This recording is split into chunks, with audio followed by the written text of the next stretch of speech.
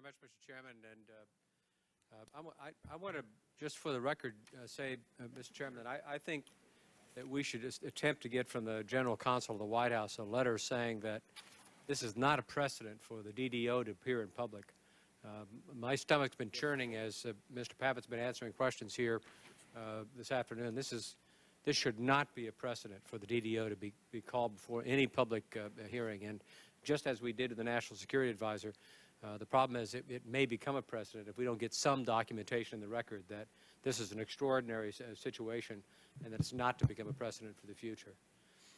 Second, let me say I would have asked John McLaughlin, he answered a question earlier when I was talking about the National Intelligence Estimate that was done in 1995. And I'm going to ask General Hughes a question about this because I got to say, when the court in 2001 in New York heard the testimony of this gentleman, Jamal al-Fadl, he essentially told them in 2001 what he told the CIA in 1996. And it never makes it into the NIE, in the National Intelligence Estimate.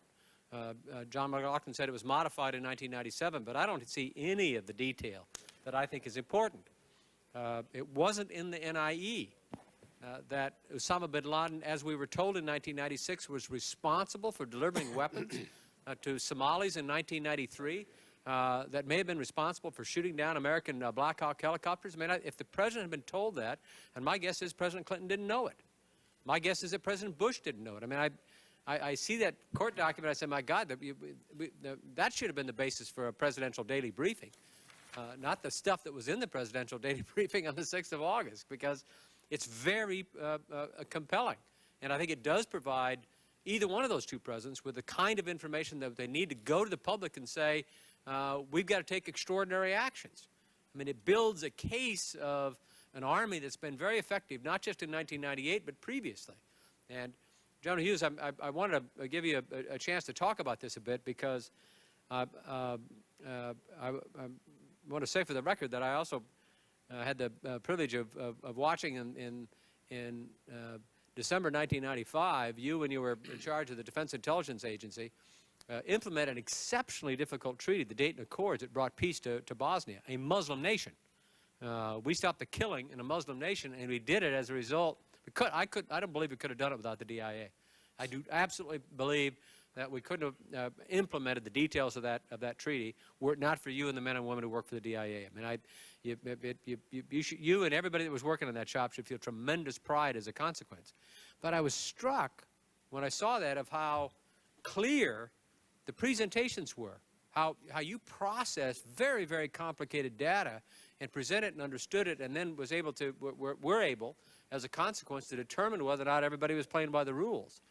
And I just don't see that coming to the President. I mean, you look at this presidential daily briefing of August 6th, and you say, you know, the top military guy is an elected civilian, kind of busy person, you know, and you look at this document, you see it's not clear, it's confusing. It doesn't bring the kind of sharp focus that you did at DIA, and my guess is that you're having to do a bit of that now at the Department of Homeland Security. And I wonder if you just speak, rather than answer the question, but speak about what we need to do to help these top civilian leaders acquire the information that they need to make better judgments.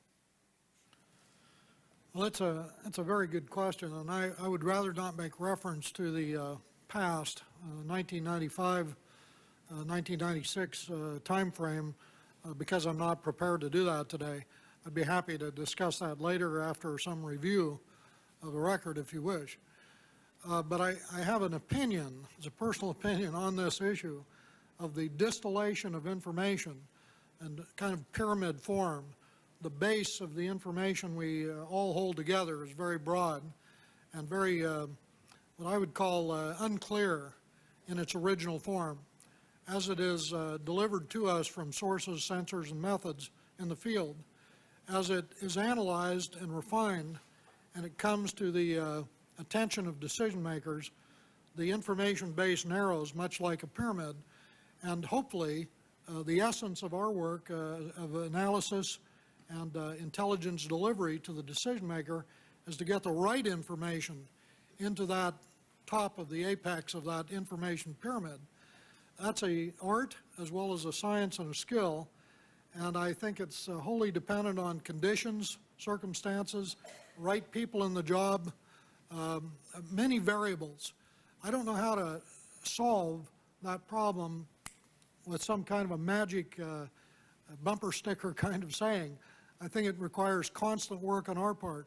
But I do believe, I hope I can speak for my intelligence colleagues in general, everyone in this business is aware of the problem of losing information, a small detail, a piece of knowledge here and there, as you move up this information chain, which might be, in retrospect, vital and very important. And it's possible that that could have happened in the past, and it's certainly possible it could happen in the future. But we, together, are acutely aware of that and work to prevent it as best we can.